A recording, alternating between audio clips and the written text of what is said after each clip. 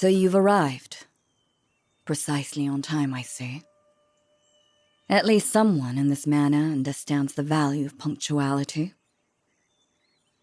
Sebastian has prepared Earl Grey this afternoon. He claims it's the blend you prefer. How he concerns himself with such trivial matters regarding guests is beyond me, but I suppose that's what makes him Sebastian. Sit. There's no need to stand on ceremony when it's just the two of us. I didn't invite you here to waste time with pointless formalities. I trust your quarters are satisfactory. Good. Sebastian would be impossibly smug if I had to report any complaints. As if the running of this household reflects on him personally. Though, I suppose in many ways it does. The tea is acceptable today. Sebastian claims to have sourced these teas directly from China. Such extravagance for something that simply disappears down one's throat. But quality does make a difference. I'll admit that much. Help yourself to the pastries.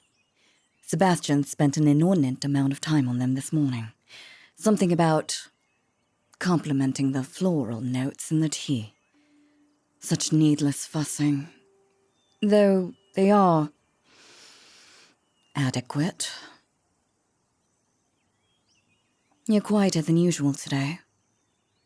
Not that I mind the silence. It's a welcome change from the constant noise that fills this house. Finian breaking things in the garden, Mayron shattering every piece of porcelain she touches, Baldroy and his ridiculous experiments in the kitchen. Sometimes I wonder why I keep them around. But then, we all serve our purposes, don't we? Speaking of purpose, I assume you're wondering why I asked you to join me. Don't look so surprised. I mean, it's not as though I make a habit of afternoon tea with companions. My schedule rarely permits such indulgences. The truth is rather simple. I've noticed you've been different lately. Don't bother denying it. I make it my business to observe what happens in my household, regardless of how insignificant others might consider the details. No, don't interrupt. If I wanted a conversation, I would have invited Lady Elizabeth. At least her incessant chatter has a predictable pattern to it. Your hands. They trembled slightly when you took your cup. And yesterday, when Sebastian requested your assistance with that simple task, he seemed overwhelmed. These are not typical behaviors for you. To be clear, I'm not concerned. Merely curious. Inefficiency in my household affects me directly, after all. You haven't been sleeping well, have you? The shadows under your eyes make that abundantly clear. Was it nightmares? I'm well acquainted with those unwelcome night visitors myself. Mine started after the fire. After what they did to me. I suspect you know the basic story. The rumors about what happened to the Phantomhive family aren't exactly whispered secrets anymore, are they? What you wouldn't know is how it feels. To wake up night after night, the scent of smoke still lingering in your lungs. The echo of screams still ringing in your ears. The feeling of utter helplessness as everything you know burns to ash around you. No, I don't share that with people. What would be the point? Sympathy doesn't change the past. It doesn't rebuild what was destroyed. But Sometimes. Sometimes I wonder if speaking of it might dispel some of its power. Sebastian says I talk in my sleep, call out for my parents. How mortifying to think he stands there, watching me at my weakest.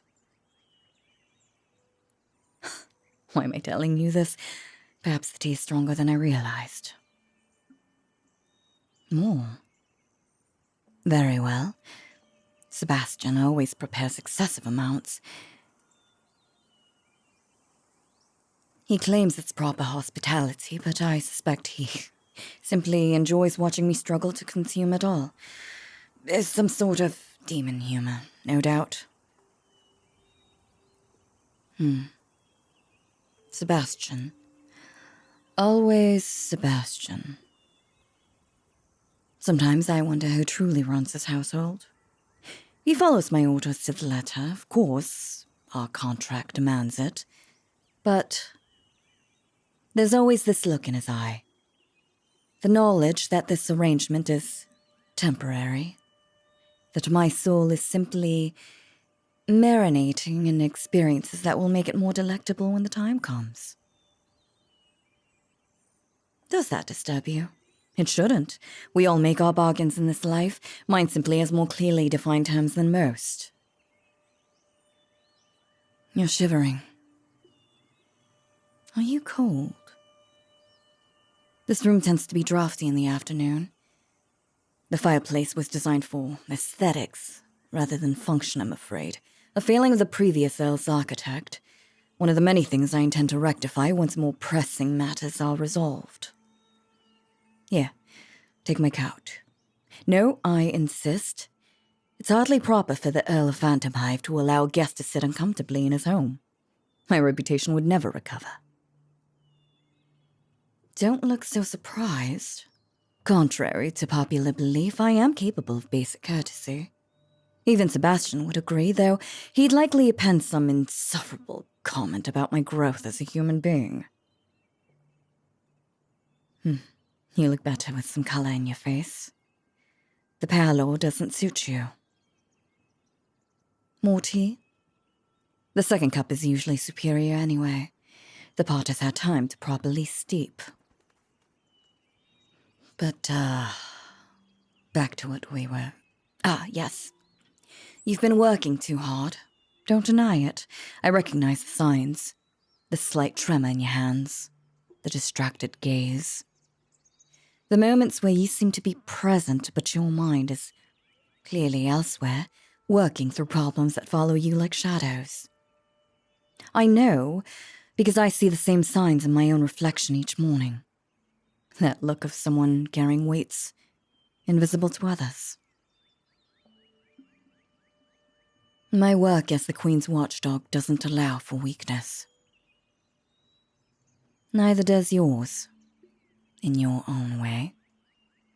We each have our duties, our expectations to fulfill. The difference is that I chose this path. Or rather, this path and I chose each other after the fire left me with nothing but ash and vengeance. Did you choose your burdens? Or were they placed upon you by circumstance? That was... You don't need to answer. Some questions are meant for reflection, not conversation. The pastries are French, I believe. Sebastian studied in Paris for a time. Or so he claims. Who knows how many lives he's lived, what skills he's accumulated over centuries. Sometimes I catch him doing things.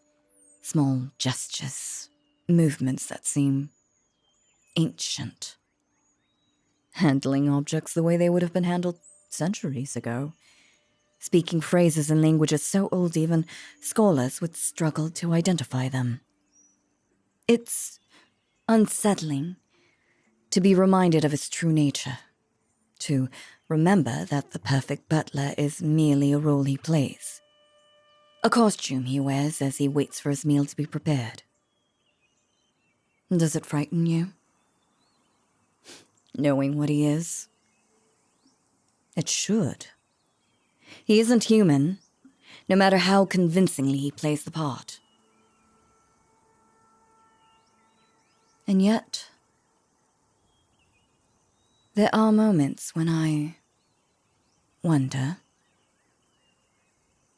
Moments when he goes beyond our contract. Small gestures that serve no purpose. A perfectly prepared cup of hot chocolate after a nightmare he pretends not to notice. A rare book discovered that happens to contain information I mentioned needing weeks prior. Is it possible for a demon to care? Or is it simply the ultimate seasoning technique? Make the soul believe it matters before devouring it entirely. I shouldn't burden you with these thoughts. They serve no practical purpose. You missed a crumb. There, at the corner of your mouth. How Sebastian would disapprove of my failing to mention it sooner. His fixation on propriety can be exhausting. There, that's better. Appearances matter in this world, often more than substance. A lesson my father taught me before everything changed. You know, I don't speak of them often. My parents. Sometimes I fear I'm forgetting their faces, their voices. The way my father's studies smelled of tobacco and parchment. The sound of my mother's laughter echoing down the hallway. Sebastian found a portrait recently. Claimed it had been stored in the East Wing before the fire. I don't believe him. The painting is too perfect, too detailed. I suspect he commissioned it somehow, based on what fragments remain in my memory. Yes, I haven't decided if that was cruel or kind. You know, you're easier to talk to than most people. You don't interrupt with needless platitudes or uncomfortable questions. Perhaps that's why I noticed your recent distraction. We share that quality of observing more than participating. The tea's getting cold. Sebastian would be mortified at such a lapse in hospitality. Let me ring for a fresh pot. Ah, there he is. Always appearing at the most convenient moment. One might almost believe he could read my mind if one didn't know better. Yes, Sebastian. A fresh pot would be appreciated. And perhaps something a bit more substantial than these pastries. My guest needs proper nourishment, not merely sugar decoration. See how he smiles? That perfectly measured expression of servitude. Sometimes I wonder if he practices in a mirror, calibrating exactly how much deference to display. Probably not. Such vanity would be beneath him. Or perhaps it's precisely the sort of idle amusement immortality eventually leads to. He'll be listening, of course. Demons have exceptional hearing. Another reason I rarely speak of personal matters. Privacy is yet another luxury the contract has cost me. Are you more comfortable now? Good. My coat suits you rather well, I must say. The Phantomhive blue complements your complexion. You seem surprised by the observation. Do you think me incapable of noticing such things? Elizabeth has been critiquing my fashion sense since we were children. Some of it was bound to penetrate eventually. Elizabeth. Another obligation. Another person who knew me before I became this version of Ciel Phantomhive. Sometimes I wonder if she's in love with a ghost. The boy I was meant to be, had fate not intervened so cruelly. But we can't return to what was before, can we? Any of us. We can only move forward with what remains. And I think you understand that. I see it in your eyes sometimes. That knowledge of before and after. The invisible line that separates two versions of the same life. Huh. Speak of the devil. Sebastian returns with our refreshments. Perfect timing as always. Thank you, Sebastian. That will be all for now. Look at the spread. He's outdone himself. These sandwiches, cucumber with dill butter. Simple but precisely executed. Sebastian understands that complexity isn't always superior to perfection and simplicity. Please, help yourself. You've been losing weight recently. Don't look so surprised. As I said, I notice things. The way your clothes hang differently on your frame. The additional hole in your belt. Small details, but telling ones. Is it merely forgetting to eat? Or purposeful neglect? Either way, it stops now. At least, while you're at my table.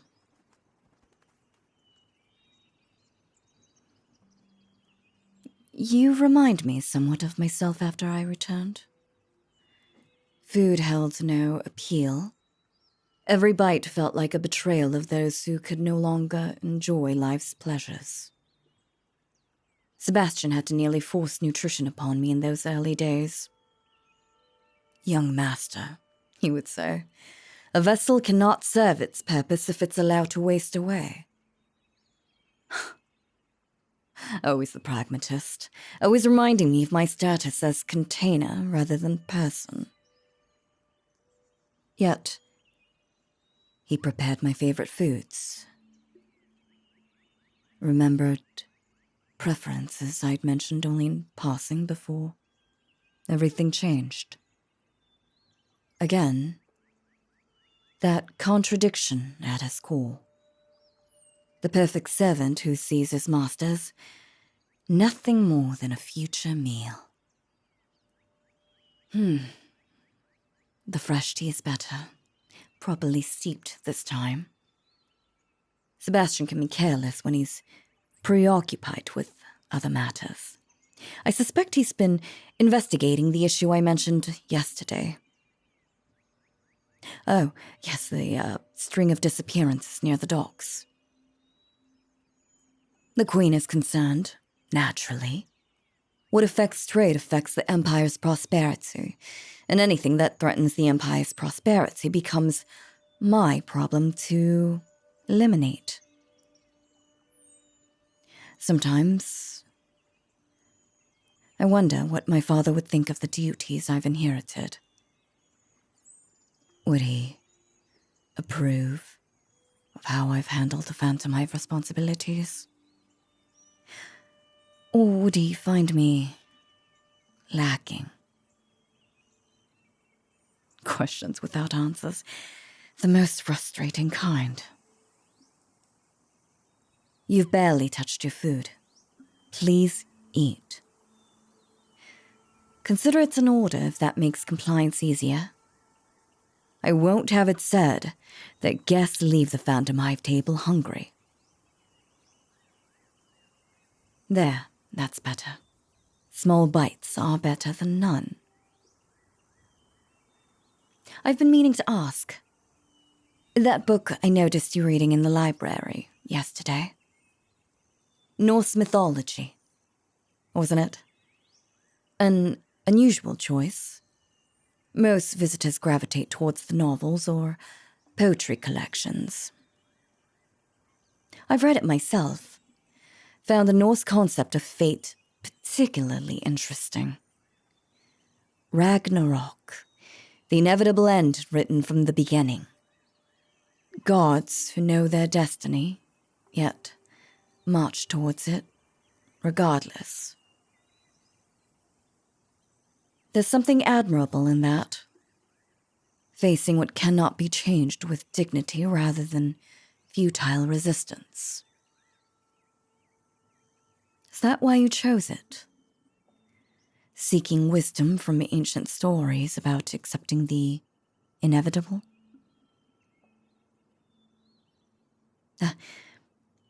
You don't need to answer if you don't wish to.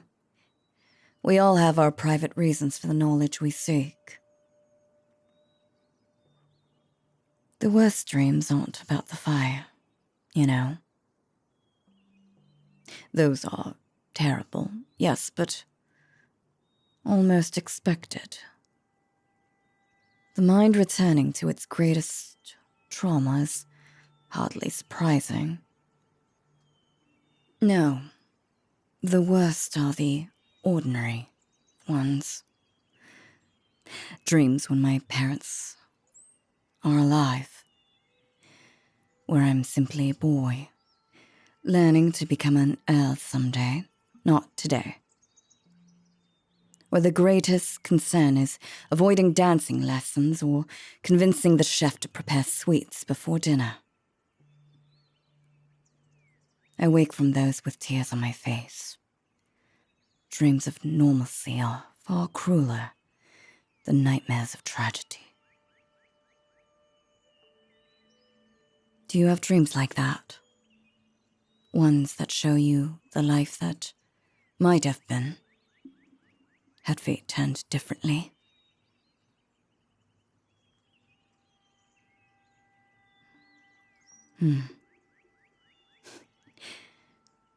Are you surprised by my candor? I surprise myself, to be honest. Perhaps it's the weather. Grey skies often make me reflective. Or perhaps it's simply that you don't look at me the way others do. Not with fear. Not like those who know what the Queen's watchdog represents. Not with pity, like those who know fragments of my past.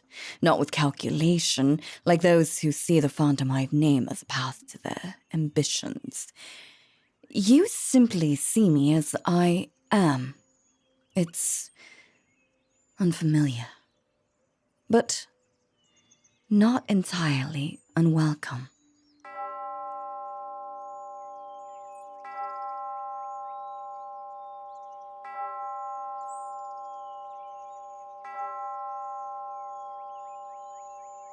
The clock chimes 4. Time moves relentlessly forward, doesn't it? No matter how we might wish certain moments to linger. Not that I wish this particular moment to extend, of course. I simply meant in general terms. Time's indifference to human preference is worth noting. That's all. Sebastian will be expecting to prepare me for this evening's correspondence soon. The work of an L is never complete, it seems. But perhaps we could do this again. If your duties permit it. If you've found the experience not entirely tedious. Next week? Same time? Sebastian makes a different pastry selection on Thursdays. Something about the delivery schedule from the French bakery he insists on using. Good. That's good. I'll inform Sebastian to expect you. You may keep the coat until we return to the main hall. The temperature in these corridors could be uneven. Before we conclude this interlude, I wanted to say That is, I've noticed that whatever has been troubling you seems to have eased somewhat during our conversation. Your hands are steadier now. Your eyes clear. I take no credit for the improvement, simply making an observation. But if these tea sessions provide some benefit beyond mere sustenance, then they serve a practical purpose. Efficiency in all things is the Phantomhive way, after all. Well, shall we? Sebastian will be wondering what's delayed us. And an Earl should never need to explain himself to his butler, demon or otherwise. Thank you for joining me today. Your company was not unpleasant. Until next Thursday, then.